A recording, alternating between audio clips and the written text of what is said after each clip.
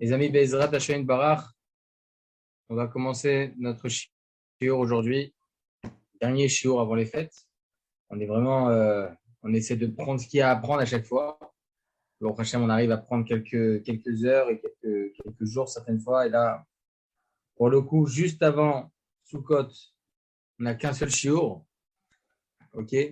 Donc Bezrat Hashem Barach, on va essayer ensemble de voir quelques halachot sur Sukkot.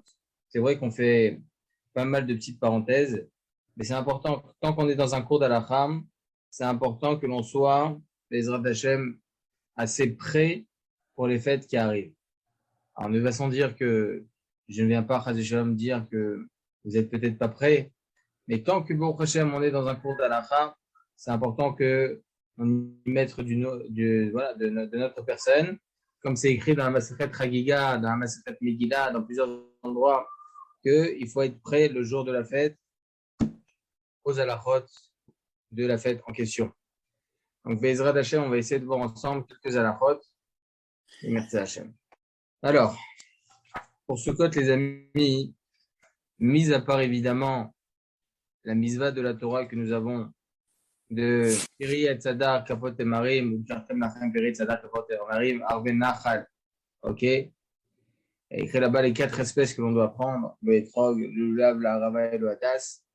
Évidemment, il faut connaître bien la halachot à ce sujet, mais ce n'est pas ce que l'on va développer maintenant, parce qu'il y a tellement d'halachot à voir qu'on n'a pas le temps de parler de ça aujourd'hui. D'accord? Dans l'Ilchot Souka, nous avons les 4 espèces, nous avons la souka à construire, Baruch Hashem. Il faut savoir, messieurs, que la misva, Shiva Tiamim, il faut que notre maison soit la souka, il faut que ce soit une dira, une maison qui est keva, qui est fixe, ok? Pas que ça soit quelque chose que, voilà, j'y vais de temps en temps quand je peux, etc. Non, notre souka, il faut que pendant 7 jours durant, elle soit considérée comme notre propre maison, ou au minimum comme notre propre chambre. C'est là-bas on va manger, c'est là-bas on va dormir, c'est là-bas on va pouvoir étudier, c'est là-bas on va vouloir se reposer, d'accord? C'est une souka. Alors il est certes important de préciser qu'il existe certaines régions en dehors d'Israël, évidemment même en France, où pas tout le monde, si ce n'est même la majorité, n'ont pas l'opportunité de pouvoir avoir une souka pour chez soi, d'accord? Et donc il y a les soukas communautaires.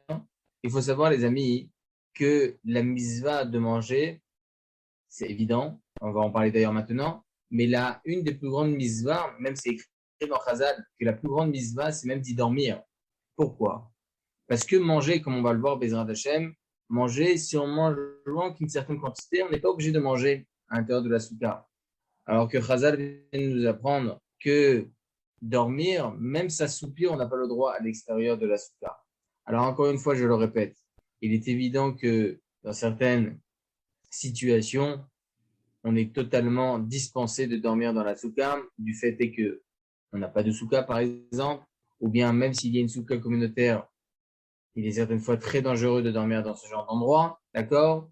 Donc, surtout en France, vous avez aussi, Baruch Hashem, ce là où il va sûrement faire très très froid, ok, il va sûrement peut-être même pleuvoir, c'est pas ce que je vous souhaite, Chaz Shalom, mais en tout cas voilà. Donc, tout ça, ça va générer le fait que la personne va devenir dispensée de dormir dans la souka. Ce que l'on va, Bezrat Hashem, parler ensemble, les amis, c'est par rapport au fait de manger dans la souka. Le premier soir, en l'occurrence dimanche soir qui arrive, Bezrat Hashem, nous avons une misva de la Torah de manger 54 grammes de pain. Je précise, je suis très très précis parce qu'il faut être précis. Il faut donner de la halachot telle quelle. Manger un minimum 54 grammes de pain. Lorsque l'on va rentrer dans la souka Bezrat Hashem, Bessimcha ou Betou Levav, évidemment avec tellement de joie, parce que c'est pas comme Kippour, l'Arseb, et la Havdit, c'est pas comme Tisha B'Av, c'est pas comme ces moments-là, on se dit on est quand même dans une période assez compliquée, là, le Homer. Non, Béhémet, on est dans une période de 100% Simcha. Vesamarta Bechagecha, En Chag et la Sukkot. Lorsqu'on dit Vesamarta Bechagecha, tu dois te réjouir le jour de la fête.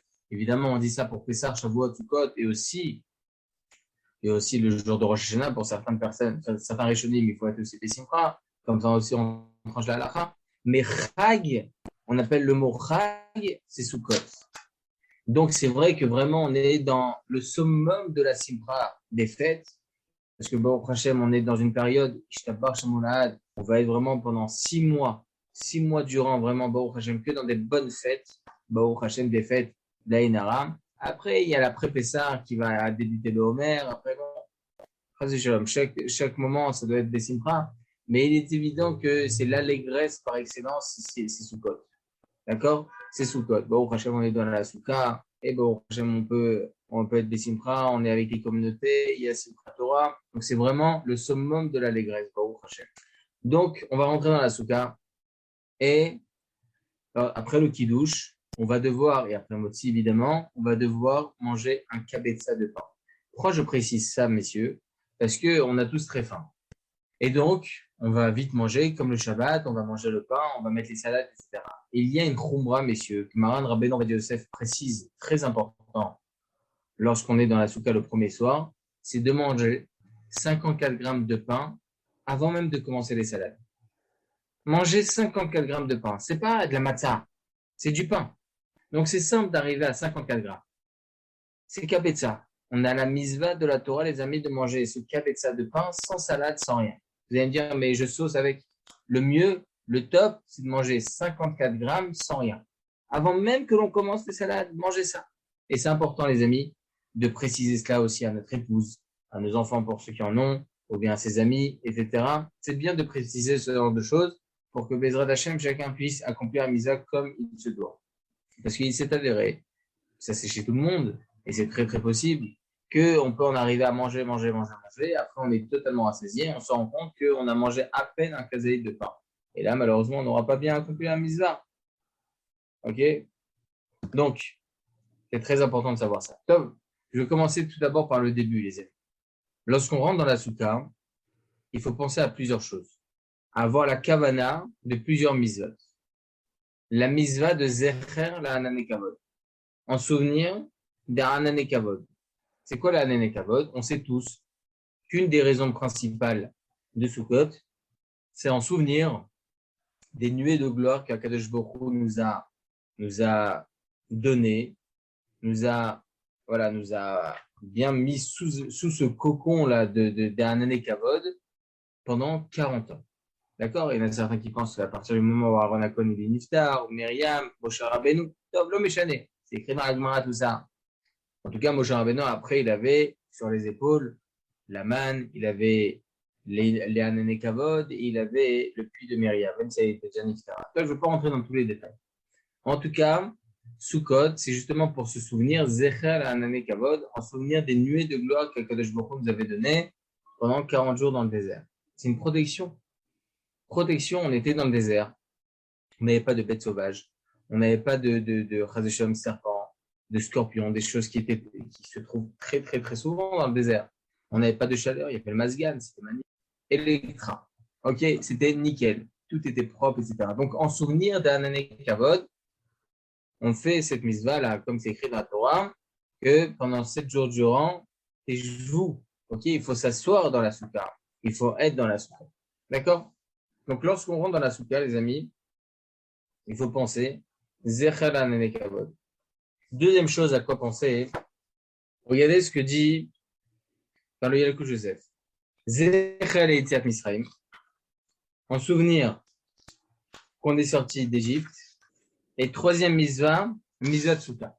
Qu'on pense à ces 3 mitzvot. Je ne suis pas dans les mots là, c'est ça qui me dérange. Non, c'est pas grave. Attends, voilà, j'ai trouvé. Bon, Rajem. Écoutez bien. Nehema Batorah, si je ne me trompe pas, c'est ce passage-là. Nehema Batorah, c'est rapporté dans la Torah. Basukot teshvu shivat yamim, kol ha'ezrar be'Israël yeshvu basukot leman yidu dorotechem, ki basukot hoshavti bnei Israël ba'otzieti otam me'eretz Misraim, ba'otzieti otam me'eretz Misraim. Donc, il y a écrit dans la Torah qu'il faut s'asseoir, etc., par rapport à ce souvenir que nous avons d'Hanane Kavod. Et Chazal nous apprennent, She'em Hanane Kavod, c'est qui fait Makadosh Baruch Hu Lebam, Yachem, Sherav Veshemesh, Velachem, Shoshav Adam Besuka Tov, Shechavet, Sivenu, Akadosh Baruch Hu, Leshev Azuka, Zechal Yitzhak Mitzrayim, Vezechal Ananekavot, Shekivam Akadosh Baruch Hu. Donc, deux choses. Penser au Ananekavot, donc les nuées de gloire, en souvenir des nuées de gloire. Et deuxième chose à quoi penser, c'est en souvenir de la sortie d'Égypte. Et troisième chose à quoi penser, évidemment, penser à s'acquitter de la mitzvah de Souka. C'est ce qui est écrit, Vechaven Gam Lekaim Mitzvah Yeshiva Basuka, Zechal Ananekavot, Shekiva Akadosh Baruch Hu, Israël, Tzedem Israël, vous dites Avad, Kol Shekiva la Tzed Bilbad, Tzed de Chova. Donc, il faut penser à ces trois choses-là, c'est très important. D'accord?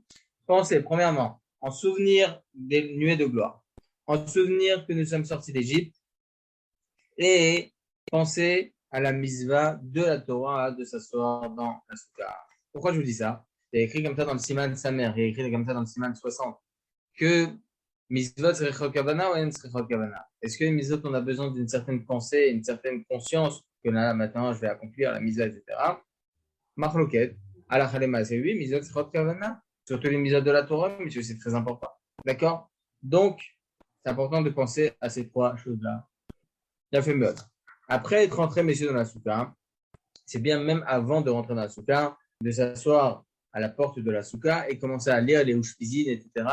Les invités qui se trouvent, évidemment, les invités spirituels qui se trouvent dans la souka, commence qui débute par Abraham, Israël, Jacob, etc. Petit à petit. Ok, donc, en souvenir de chacun, c'est bien que chaque soir, la personne, avant de rentrer dans la souka, elle lise les passages qui sont rapportés dans le Marzor. Ok, avant de rentrer pour faire montrer vraiment l'importance qu'a une souka. D'accord, très bien. Après être rentré dans la souka, on commence le kiddush. On fait le kiddush et on dit là-bas la bracha de Shechianu. La bracha de Shechianu. Cette bracha-là, messieurs, il faut penser que c'est par rapport au jour de Yom Tov. Il est bien aussi, écoutez bien ce que disent les Tosafot, à Maseret Souka. Ils disent que c'est bien de penser lors de la bracha de Shechianu, que l'on va dire pendant le kiddush, de la construction de la souka qu'on a faite. Pourquoi? Parce que ça aussi, c'est quelque chose de nouveau. Ah, mais l'année dernière, j'avais la même. Le méchant, c'est quelque chose de nouveau. Donc, il y en a certains qui pensent qu'on aurait dû faire la bracha de Shechianu déjà au moment de la construction. Allah Khalema, c'est évidemment que non, d'accord? Mais au moins, pendant le kiddush, on puisse se souvenir lors de la bracha de Shechianu, se souvenir, voilà, aussi on pense à acquitter, entre guillemets, la souka qui a été construite. D'accord? La bracha de Shechianu, comme je vous le dis très souvent, on ne la dit pas lors de la Katnerot, pas pendant l'allumage des bougies. Même si les femmes ont cette coutume-là, c'est bien de leur dire et de leur faire comprendre l'importance, messieurs, de ne pas faire cette bracha de Shechianu pendant la Kam, mais plutôt pendant le kiddush, elle va se rendre quitte par le maître de maison. Très bien. Après avoir fait le kiddush, quand est-ce que l'on dit les chefs basouka? Parce qu'on a cette bracha-là que Bezrat Hashem, je vais essayer de développer aujourd'hui. La bracha de l'Eshev Basouka, quand est-ce qu'on l'a dit? Est-ce qu'on l'a dit pendant le kiddush ou bien à Motzi Lachem Minaretz? Qu'est-ce que vous en pensez, les amis? Je pense que c'est pendant le kiddush qu'on a dit. Pendant le kiddush? Oui, parce qu'elle est collée au kiddush, cette bracha. Elle est collée au kiddush. Non, je ne sais pas. On va voir. Chazan nous enseigne, les amis, que normalement la bracha de l'Eshev Basouka se fait lorsque l'on va faire la bracha du moti. D'accord? Ah ouais? Mais, pour le kiddush, on fait la bracha de l'Eshev Basouka pendant le kiddush. Ah voilà. Comme vous avez dit. Donc on les fait aux deux alors, ça se fait aux deux, non? Comment? Donc la bracha de l'Eshev Basouka se fait aux deux. On peut faire aussi bien au kiddush qu'à Motzi Lachem, non? On fait qu'une fois. Qu'une fois, d'accord. On fait qu'une fois. On va le faire pendant le kiddush parce qu'il y a un kiddush. Lorsqu'il n'y a pas de kiddush, on fait la bracha de l'Eshev Basouka à Motzi. Par exemple, Chol HaMoed. À Chol HaMoed, lorsque vous allez dans un souka et que vous allez manger, par exemple, quelque chose, il faut faire la bracha de l'Eshev Basouka avant la bracha de Motzi Lachem Minaretz. Ou après, chacun son minag, chacun sa coutume. Alors, Joseph, il dit Nara, Naro, Paché, chacun sa coutume. D'accord? Une personne, elle peut faire la bracha de l'Eshev Basouka avant la bracha de Hamotzi, ou bien même avant la bracha de Hamotzi, avant de consommer, évidemment. D'accord? Donc, on va dire la bracha de l'Eshev Basouka. Attention. Cette bracha de l'échelle Basuka concerne uniquement, tout en étant très, très, très ouvert, les amis, elle concerne uniquement les hommes. Pourquoi? Parce que Kol Mizot Aseh Shazman Graman Hashim Kurot. Toutes les mitzvot positives qui dépendent du temps, les femmes, elles y sont dispensées. Parce qu'elles ont assez à faire, Blainara pour elles. Elles ont énormément de choses sur les épaules. Elles sont au-dessus de tout. Donc, Rachamim, la Torah, les a retirées de certaines mitzvot. D'accord? En l'occurrence, toute mitzvah positive qui dépend du temps, les femmes, elles y sont dispensées. La souka. La souka, il y a écrit Basukot, Shishbu, Shivat Shamim. C'est une mitzvah positive. Il faut s'asseoir durant 7 jours. C'est une mitzvah positive qui dépend du temps parce que c'est que de telle date à telle date. Par extension, les femmes, elles sont dispensées par cette bracha. C'est pour ça, les amis, que lorsque l'on va dire la bracha de l'échef Basuka, la femme ne devra pas répondre Amen. Pour quelle raison? Parce que pour elle, ce mot Amen sera considéré comme une interruption avant la fin du kiddush. Ok, avant de boire le jus de raisin. Donc, il faut faire attention à ça. D'accord? Maintenant, la bracha de l'échef Basuka, j'aimerais la développer un peu plus. D'accord? À partir de quand on fait la bracha de l'échef Basuka? Juste, je précise. La mitzvah de manger dans la souka, c'est une mitzvah obligatoire. D'accord? Une personne vraiment qui se trouve dans une situation très, très, très délicate, elle ne peut en aucun cas manger dans une souka. Dans ce cas-là, évidemment, hein, on lui autorise de manger à l'extérieur de la souka. Si vraiment elle arrive dans cette situation-là. Mais si, au Hachem, elle a un peu fainéante, etc. Non, elle est interdit de manger à l'extérieur de la souka. Donc, à partir du moment où on va manger du motzi, on va faire la bracha de l'échef Basuka. Et moi, je me pose la question là. Vous savez, messieurs, on est dans les brachot et on a déjà développé un peu ce sujet sans le développer dans le shiur spécialement. Mais du mézonot peut devenir un motzi. D'accord? Du mézonot peut devenir un motzi. La Gemara nous dit Akovea Seuda, celui qui fixe son repas, eh bien, il doit manger dans la souka. Tout ce qui est moti, alors je mange kazaït, ça y est, je suis obligé de manger dans la souka. C'est mal, ça, kazaït. D'accord? Non, pardon, kabetza. Kabetza, je suis obligé de manger dans la souka. 50,2 grammes, je suis obligé de manger dans la souka. D'accord? Très bien. Si je mange moins que ça, je ne suis pas obligé de manger ça. Mais du mézonot peut devenir moti, oui ou non? Oui, il peut devenir moti. C'est quoi la quantité pour considérer ce moti? Pour considérer qu'un mézonot, étant donné qu'il peut devenir moti, je suis dans l'obligation de manger mézonot à l'intérieur de la souka avec les chefs de la souka, je précise. Écoutez bien, les amis. On avait déjà parlé dans un de nos shiurim que on peut être kovéa soda, on peut fixer un repas sur du mézonot. C'est combien fixer un repas? On avait rapporté une marloquette entre Rashi et Rambam. Selon Rashi, la quantité pour pouvoir faire Netilat Sadaim, Amotzi et Birkat Amazon sur du mézonot, c'est, selon Rashi, c'est 4 betsa. C'est la quantité, le poids, de 4 œufs. C'est combien un kabetza? C'est combien le poids d'un œuf? C'est 54 grammes. Donc, si on multiplie 54 multiplié par 4, ça fait 216. D'accord? 216 grammes. Alors, Rambam, lui, il n'est pas d'accord. Il dit, ma pitom. Pour pouvoir être kovéa seuda, pour pouvoir fixer son repas sur du mézonot, il faut manger la quantité, le poids de 3 œufs, pas plus, pas besoin de plus. Et c'est combien 3 œufs? 54 multiplié par 3 est égal à 162 grammes. Donc, il y a une différence, les amis, de près de 55, à peu près 50 grammes. D'accord? 54 grammes, logiquement. OK? Entre le Rambam et Rashi. Donc, il y a une différence d'un kabetza entre Rambam et Rashi. La conséquence, elle sera extraordinaire. Selon le Rambam, j'ai mangé 162 grammes de mézonot, je fais motzi, netilat yadayim, motzi, birkat hamazon. Alors que selon Rashi Mapitam, je suis obligé de manger 216 grammes pour en arriver à tout cela. Maran HaShulchan Aruch, il tranche la halakha dans Siman Kuf Samechet, il tranche comme Rashi. Pourquoi? Ça fait brachot laquelle? Comment tu peux faire birkat hamazon? 4 brachot, alors que selon Rashi, c'est qu'à partir de 216 grammes, tu peux faire 4 brachot. Donc ça fait brachot laquelle uniquement à 216 grammes. Mais il y a un grand chidouche. Maran Rabbeinu Ovadia Yosef, il tranche la halakha. Si demain je prends des petits croissants, je les mange dans ma souka, et je vais manger combien?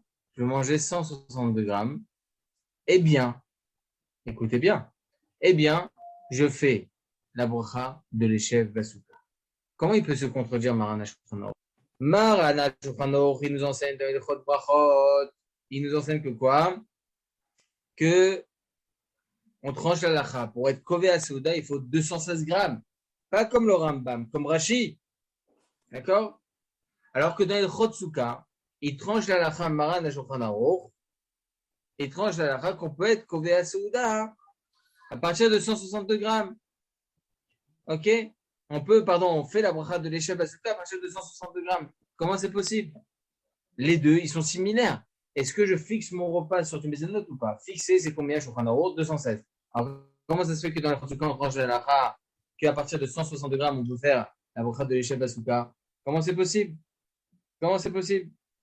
Je précise, les amis, que la bracha de l'échelle Basuka, c'est uniquement lorsque je vais être couvert sur du mézanot, fixer mon repas sur du mézanot, uniquement du mézanot qui est au four, par exemple. Le couscous, les pâtes, etc. Même si on mange 1 kilo, on ne fait pas de l'échelle Basuka. D'accord? Parce qu'on ne fixe jamais son repas sur ce genre de choses. Comme ça, c'est la halakha. Mis à part la question que l'on vient d'avoir, comment on peut trancher la halakha que Kové Asuda fixer son repas pour pouvoir faire Birkat Amazon, c'est 216 grammes, alors que pour faire la bracha de l'échelle Basuka, on tranche comme le Rambam 162 grammes. Il est où ça fait brachot? Un c'est de Rabbanan, l'autre c'est de Raïta. Le Birkat Amazon, on est obligé d'aller vers l'Archomra. Alors que pour le Derabanan et les Shabasuka, c'est juste une institution famille. Donc on gagne une misva, mais on ne prend pas le risque, entre guillemets, de faire un Birkat Amazon. Quoique, en vérité, des Rabbanan, même des Kazaït, on peut manger et faire la Birkat. Mais en tout cas, ça peut-être pour le premier soir. Les fameux 54 grammes de pain. Non, mais même pas. Vous-même, dans ce que vous venez de dire, vous venez renforcer ma question. Ouais, et je vois en même temps que je me suis parlé à vous.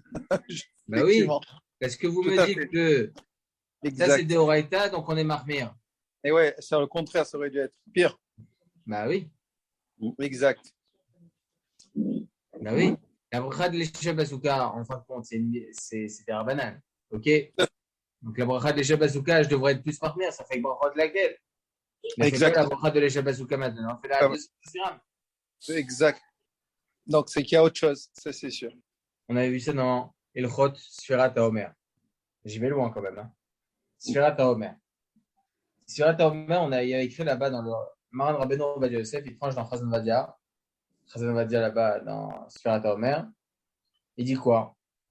Il dit que une personne qui a un doute, est-ce qu'il a compté ou pas? Est-ce qu'il a compté ou pas? Qu'est-ce qu'on dit là à l'Acha? Le lendemain, il peut compter avec Bracha, encore une fois. Mais il a un doute. Pourquoi tu ne dis pas ça fait Bracha de laquelle? Alors, c'est pas grave. Alors, Joseph, il fait un truc, ce cas. Peut-être que la lacha, je ne vais pas rentrer dans tous les détails, parce qu'on n'a pas le temps. Peut-être que la lacha, elle est comme que chaque jour est un jour à part entière. Et donc, je pourrais faire, la majorité des Rishonim, que chaque jour est un jour à part entière. Donc, chaque jour, même si j'oublie 10 jours, 15 jours, 20 jours, je peux continuer avec bracha. D'accord? Alors que selon le Baal Regedolot, il est écrit là-bas que non. Tous les 49 jours, c'est lié l'un à l'autre. Si j'en perds un, c'est terminé. Maran Rabbeinu Ovadia Yosef, il fait un succès qui a peut-être que la lacha est comme les autres Rishonim, que chaque jour on peut faire la bracha même s'il y a eu des oublis. Et même si la lacha est comme le valeur peut-être que j'ai compté. Enfin, j'ai un doute si j'ai compté. Peut-être que j'ai compté ce succès. Depuis quand Maran Rabbeinu Ovadia Yosef, il fait un succès, il fait des succès sur les brachot? Un double safek sur les brachot. Depuis quand? Même s'il y a 50 sfekot, 50, on dira toujours safek brachot laquelle. En cas de doute sur une bracha, je dis rien, c'est mieux. Je dis rien, c'est mieux. Tom, écoutez bien ce que dit le. J'ai oublié qu'est-ce qu'il dit ça. En tout cas, ce Achoron, il nous dit la chose suivante. Il nous dit que, selon lui, on doit faire la bracha de l'échelle Basuka. Pas besoin d'attendre qu'on arrive à Giyut Seuda, fixer son repas. Même si on mange 54 grammes, on fait déjà l'échelle Basuka. Même sur 54 grammes de mézanot, on fait déjà l'échelle Basuka. Même un kabetza de mézanot, on fait déjà l'échelle Basuka. D'accord? Donc, il nous dit la chose suivante de Maran Rabbeinu Ovadia Yosef. Peut-être que la halacha, elle est comme le Rambam, que pour fixer son repas, il suffit de 3 œufs, avec le poids de 3 œufs. Et même si la halakha n'est pas tenue comme Rashi, mais comme le Rambam, alors qu'est-ce qu'on dit? On dit peut-être que on tranche la halakha comme le Ginat Vradim, voilà, je me souviens maintenant que je vous parle, comme le Ginat Vradim, que déjà à partir de 54 grammes de maïzena, je dois faire les Sheva Souka. Sfek Sveka, il fait le Rav Yosef. Il fait un Sfek Sveka, un double Safek là aussi. Donc, au même titre que la Sphira Taomer, là-bas, il fait Sfek Sveka, et pourtant on est dans une bracha. Et donc, tu as un grand point d'interrogation. Comment tu peux faire un double doute dans les brachot, même s'il y a 50 doutes dans les brachot, on est marmir. C'est grave déjà une bracha en vain. Là, il nous dit, dans les deux cas, la Sphira Taomer et pour la Souka, on fait Sfek Sveka. Pourquoi? Il dit comme ça. Écoutez bien, c'est un grand clair, il dit Maran Rabbeinu Ovadia Yosef.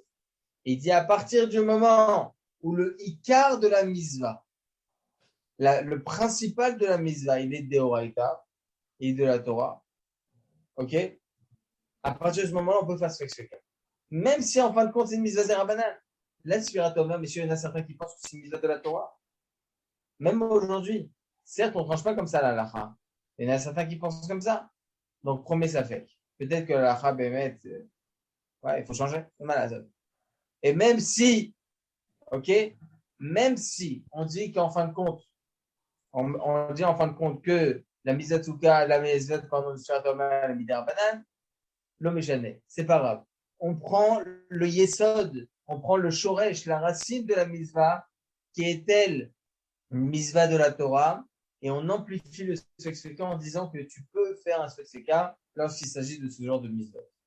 Pour la Souka, messieurs, la racine de la Mizva, c'est Tishvu, Shivat Yamim. Shivat Yamim, Tishvu, Basukot. Pendant 16 jours durant, je dois m'asseoir dans la Souka. D'accord? Donc, à partir du moment où c'est une Mizva de la Torah, là aussi, on peut emprunter cette notion-là de Sfek Sveka.